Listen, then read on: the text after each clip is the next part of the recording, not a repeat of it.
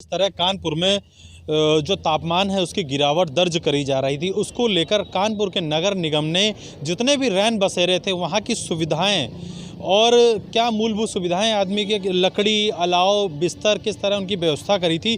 तो उसी क्रम में आज हम विजयनगर के पास खड़े हुए हैं। यहाँ पर एक रैन बसेरा आप देख सकते हैं। हम रैन बसेरे के बाहर खड़े हुए हैं और हम अंदर भी चलेंगे। अंदर ये जानेंगे कि किस तरह यहाँ पे जो व्यक्ति रुकने आएंगे उनके लिए क्या क्या व्यवस्था करी गई है। सबसे पहले तो आपको दिखा दें कि यहाँ देखिए किस तरह लकड़ी बाकायदा जली हुई है। अगर कोई भी व्यक्ति आएगा तो अपना तापने की भी पूरी व्यवस्था है जिससे कि उसको ठंड से राहत मिलेगी। साथ में यहाँ पे पूरे बोर्ड जो है रैन बसेरे का उसमें अभियंताओं के नंबर हैं, केयर टेकर के नंबर हैं। यहाँ जो स्टाफ है जो कितने से कितने बजे तक यहाँ ड्यूटी करनी है कि उसको सब यहाँ पे मेंशन है, पूरा लिखा हुआ है। उसी कड़ी में हम अंदर आते हैं। ये महिलाओं के लिए व्यवस्था करी गई है। हालांकि अभी यहाँ पर कोई महिला है नहीं। बाकायदा आप देख सकते हैं किस तरह यहाँ बिस्तर, पूरे सब कंबल की पूरी व्यवस्था करी गई है। बाकायदा यहाँ पे साफ़ सफाई से सारे चीज़ें हैं। बगल में हम आपको ले चलते हैं। ये पुरुष का यहाँ पर रुकने की व्यवस्था करी गई है।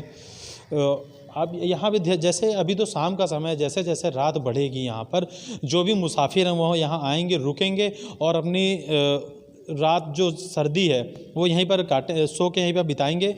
और अभी एक व्यक्ति हैं वो आए हुए हैं। क्या नाम है आपका? आकाश। कहाँ से आए हैं आप? मैं टूंडला से आया हूँ। टूंडला से आए हैं। कैसे पता चला आपको कि यहाँ पे हमें आना रुकना है? मतलब मैं यहाँ पे उतरा था, यहीं पे पास में था, तो मैंने पूछा, एक बाहर अंकल थे, उनसे पूछा कि मैंने कहा यहाँ पे कहीं रुकने की जगह है, तो उन्होंने बोला हाँ यहीं है और मेरा कल सुबह का जीडी का एग्ज़ाम है, तो इसलिए मैं रात में यहीं पे रुक गया हूँ। एग्ज़ाम देने आए हैं? हाँ, एग्ज़ाम। सुविधा कैसी लग रही है आपको? नहीं, अच्छी सुविधा है, बढ़िया। तो ये आकाश थे जो कि टुंडला से आए हुए हैं, यहाँ पे एग्ज़ाम देने आए हुए हैं जीडी का, और यहाँ पे वो रुके हुए हैं। आज रात को वो यहाँ पे रुकेंगे, फिर सुबह अपना एग्ज़ाम देने जाएंगे। आगे ही हम इस ऐसी बहुत सी रैन बसेरे हैं कानपुर नगर में जिनको कि हम बताएंगे और आपको दिखाएंगे कि उनके क्या हाल हैं शहर के अंदर और किस तरह जो मुसाफिर उनको क्या क्या सुविधाएँ उपलब्ध कराई जा रही। मेरे साथ केयर टेकर हैं, उनसे भी जानेंगे। क्या नाम है आपका? राजू रामलाल। राजू रामपाल। क्या क्या सुविधाएं दी जाती हैं जो मुसाफिर यहाँ आते हैं रुकने के लिए उन्हें? सर तकत दी जाती है, कंबल दिया जाता है, चद्दर, गद्दे, आराम से सोइए। लैट्रिन बाथरूम की दिक्कत है, पूरी सब है व्यवस्था। पैसा कुछ लगना है नहीं, कोई पैसा नहीं लगता? कोई पैसा नहीं, निःशुल्क एकदम फ्री।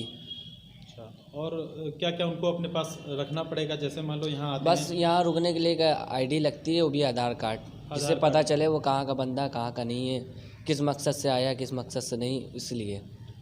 तो ये थे राजू रामपाल। इन्होंने बताया कि यहाँ पे रुकने के लिए आपको अपना आधार कार्ड दिखाना होगा और उसका यहाँ रुकने का कारण बताना होगा और आपको यहाँ पे आसानी से रुकने को मिल जाएगा। आप यहाँ रुक सकते हैं, उसके बाद आप अपने आगे गंतव्य के लिए जा सकते हैं। आपने देखा जिस तरह उत्तर प्रदेश में लगातार जो तापमान है वो गिरता जा रहा है, उसी कड़ी में हमने विजयनगर रैन बसेरे का निरीक्षण किया था। आपको बता दें इस वक्त हम मौजूद हैं चुन्नीगंज रैन बसेरे पे, जहां की सामने रोडवेज का ऑफिस है और यहां पे परिवहन चुन्नीगंज बस स्टॉप है। यहां पे यात्रियों का लगातार आना जाना लगा रहता है। और सबसे खास बात ये बता दें, ये रैन बसेरा इसलिए अहम हो जाता है थोड़ा कि यहाँ पे जो यात्री बाहर से आते हैं उनको भी कहीं ना कहीं आसानी से, क्योंकि ये बस अड्डे के एकदम सामने बना है रैन बसेरा, उनको आसानी से यहाँ पहुँचने में कोई दिक्कत नहीं होती है।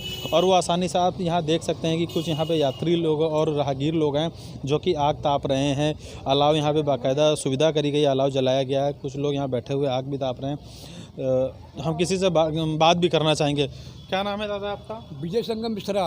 विजय शंकर मिश्रा जी हाँ। दादा, लगातार जिस तरह तापमान गिर रहा है, ठंड बढ़ती जा रही है, यहाँ पे क्या क्या व्यवस्था करी गई है रैन बसेरे में? यहाँ कंबल, किराओं को व्यवस्था और को व्यवस्था है। और क्या क्या व्यवस्था है? क्या आपको व्यवस्था है? लकड़ी मिल रही है, अलाव जलाने की सब व्यवस्था मिल रहा है। सब मिल रहा है? हाँ, सब मिल रहा है। तो ये विजय शंकर मिश्रा थे जिनसे हमने जाना कि यहाँ पे क्या क्या व्यवस्था करी गई है। और आगे भी हम चलेंगे, अंदर भी। अब हम अंदर चल रहे हैं। अब ये देखिए, ये आश्रय गृह का मेन द्वार है। इसके अंदर जाएंगे, जानेंगे कि क्या क्या यहाँ पे सुविधाएं हैं, मूलभूत सुविधाएं क्या क्या हैं और लोग किस तरह रह रहे हैं। ये पहले तो हम अंदर चलेंगे। पुरुष कक्ष रूम है। यहाँ पे देखिए किस तरह की सुविधा करी गई है। जो मुसाफिर लोग हैं ये सब सो रहे हैं, इनको बाकायदा यहाँ पे पलंग पड़ा हुआ है और सभी लोग कंबल ओढ़ के सो रहे हैं। ये रसोई घर बना हुआ है, बगल में बाथरूम की भी सुविधा करी गई है।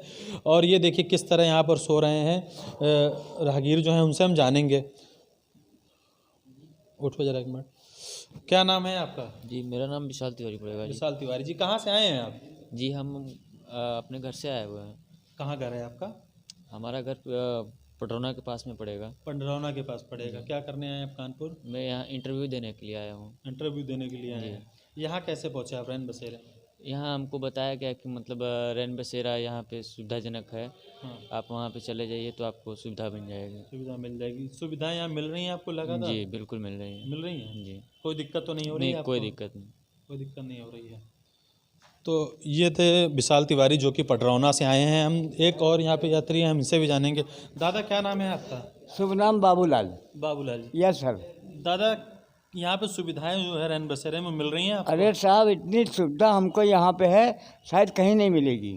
क्या सुविधा मिली है आपको? बाबूजी, कम्बल मिलता है, ओढ़ने को, लेटने को, बैठने को, सब सुविधा है।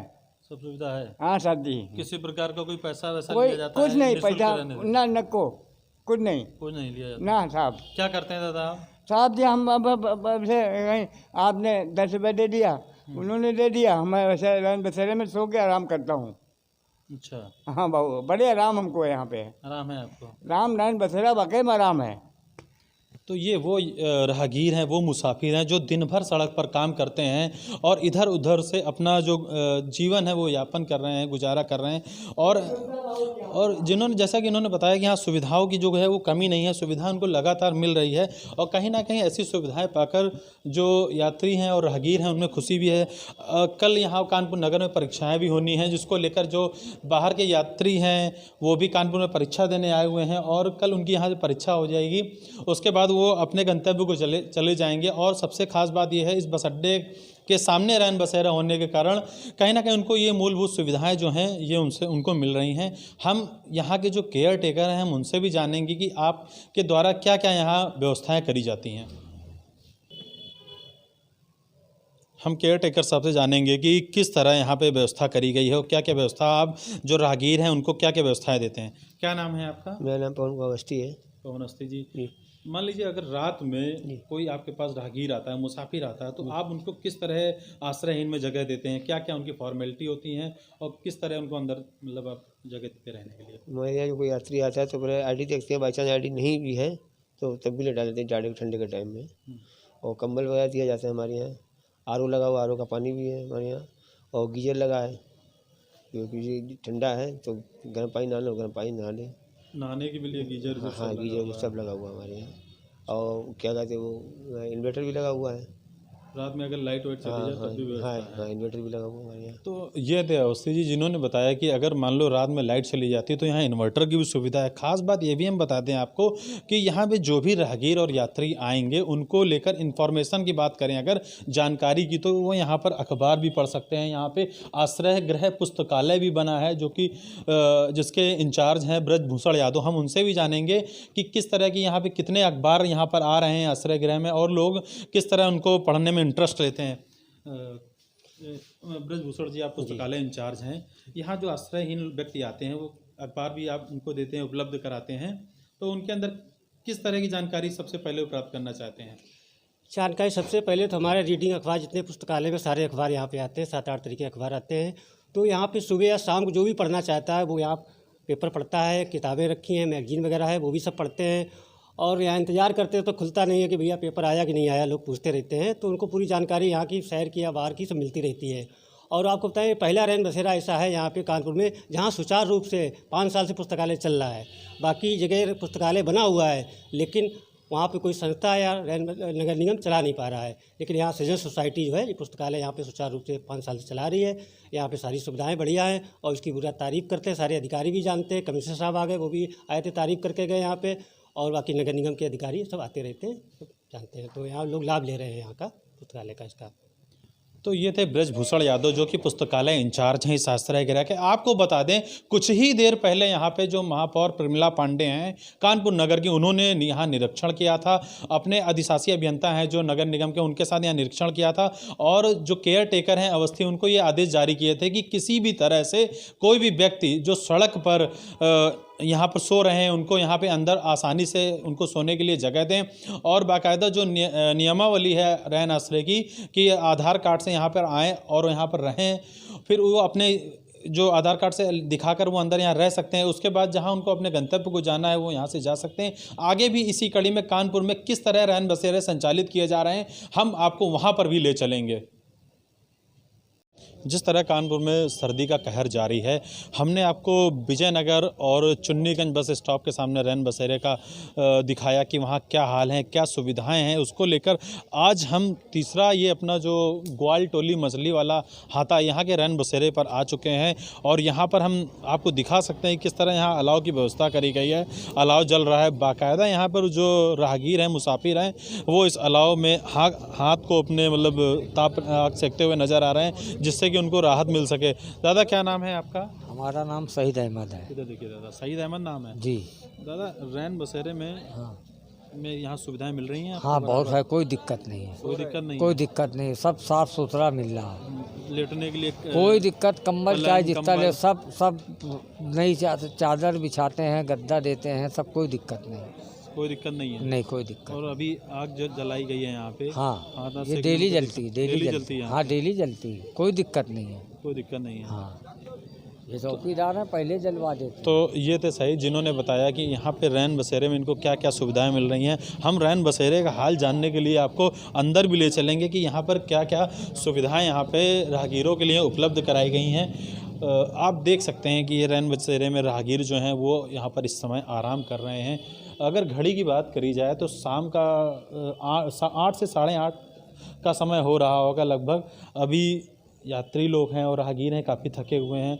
हम इनसे बात करना चाहेंगे। राहगीर हैं,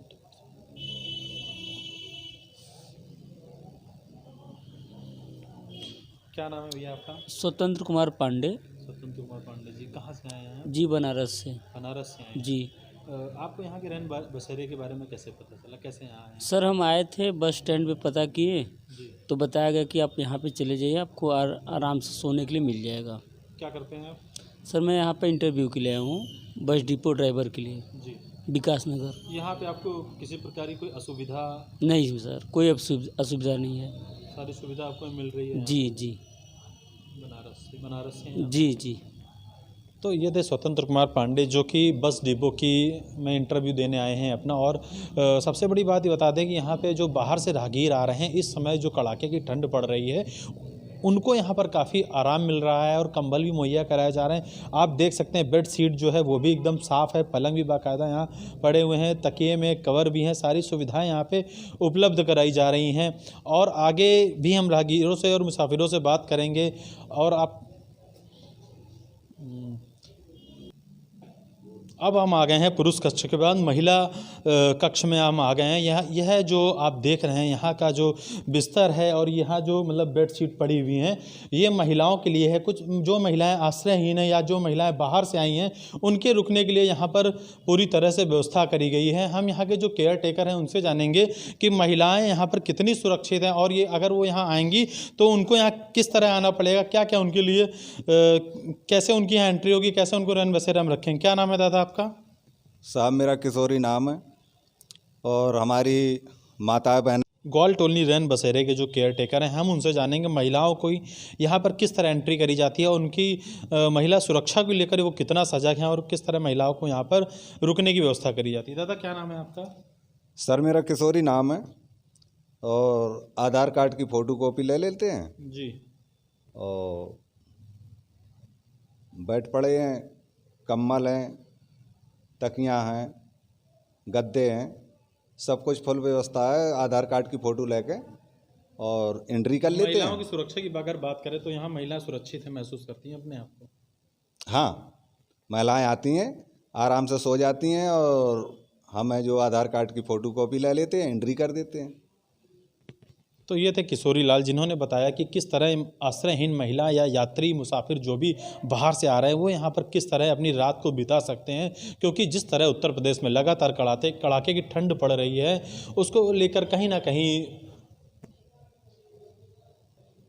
ठंड पड़ रही है, उसको लेकर उत्तर प्रदेश सरकार कितनी सजग और सतर्क है और किसी भी राहगीर या मुसाफिर को कोई दिक्कत ना हो, उसको लेकर किस तरह पूरे प्रदेश में रैन बसेरों का हाल है, आज हम ये जानने के लिए निकले थे। लेकिन अभी हम और आगे भी निरीक्षण करेंगे, जानेंगे रैन बसेरों का कानपुर शहर में क्या हाल है। ग्वाल टोली के रैन बसेरे के पास में जब हम निरीक्षण करके बाहर निकले तो हमको बगल में एक चाय की दुकान दिखी। हम उनसे जानेंगे अन्य दिनों के अलावा बढ़ती कड़ाके की ठंड में चाय की जो सेल है, बिक्री है, उस पर कितना प्रभाव पड़ा। क्या नाम है आपका? चिंटू। जी हाँ। जो चाय की सेल है जी, सर्दी बढ़ रही है, इस समय चाय की सेल कितनी बढ़ जाती है? सेल बहुत अच्छी खासी बढ़ गई सेल चाय की। जी हाँ, सर्दी के मौसम के हिसाब से। मौसम के हिसाब से ज़्यादा बढ़ी जी है। सर। और कितने रुपए की चाय देते हैं आप? 5 रुपए की। 5 रुपए की? जी हाँ, स्पेशल 10 रुपए की। स्पेशल 10 रुपए की। जी हाँ। तो ये थे चिंटू जिन्होंने बताया कि 5 रुपए की चाय और स्पेशल चाय जो है 10 रुपए की है। ये चाय की दुकान रैन बसेरे के बगल में बनी हुई है। जो भी यात्री यहाँ पर रुकने के लिए आएगा या राहगीर रुकने के लिए आएगा, आराम से आसानी से उसको चाय भी उपलब्ध हो जाएगी। और हम आपको खास बात बता दें कि यहाँ पर हम भी चाय पियेंगे और उसके बाद यहाँ से फिर हम आगे अपने दूसरे रैन बसेरे के पड़ाव के लिए निकलेंगे। कानपुर से हिमांशु अपने सहयोगी संजू गुप्ता के साथ।